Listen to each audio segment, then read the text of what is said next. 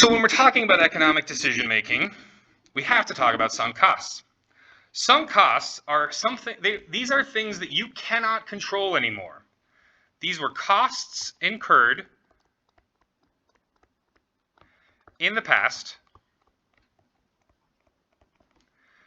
and they cannot be recovered.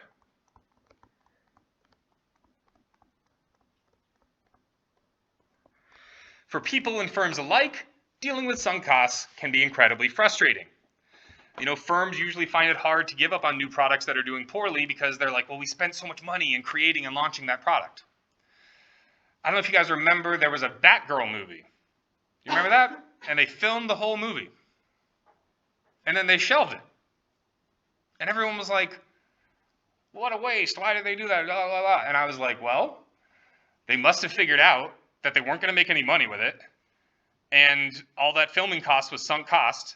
And they did a calculation on the margin, right? They did a calculation looking forward, not looking back at all, looking forward. And they said, okay, we're going to have to spend this amount of money to edit and to produce and to promote this whole thing, right?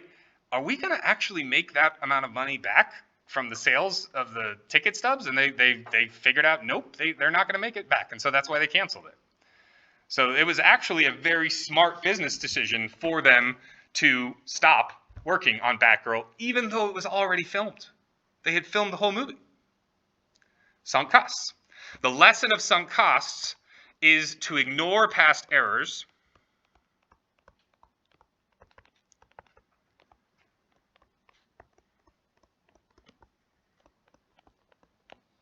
and make decisions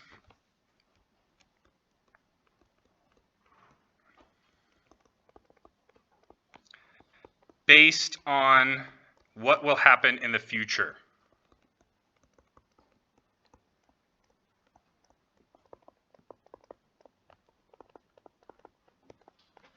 So this is a theme of economics, right? We're looking forward. We're taking a snapshot of where we are right now, and we're optimizing our future based off of where we are. We don't have a time machine. We're not going to, entertain the possibility of what if I didn't go to grad school? You know what I mean? You did, right? People have a hard time with this. Like, so let's say that you went to law school and you finished law school, or you finished your first year of law school, and you let's say you shadowed or something like that, right? You did a clerkship or whatever the case may be, and you figured out, I hate this. I don't want to be a lawyer. I don't want to be around lawyers. I don't want to have anything to do with law. Well, it actually makes a lot of sense for you to optimize and not go to that second year of law school. Like, it's hard for our brains to wrap our minds around this, but how many of you have been in a terrible movie in a movie theater and been like, well, I paid for this, so, I'm just going to wait. Yeah, I don't do that anymore. I leave. I get up and I leave. I'm like, sunk costs. And I'm like, I'm going to take this extra hour back. And and it's been a great decision every time.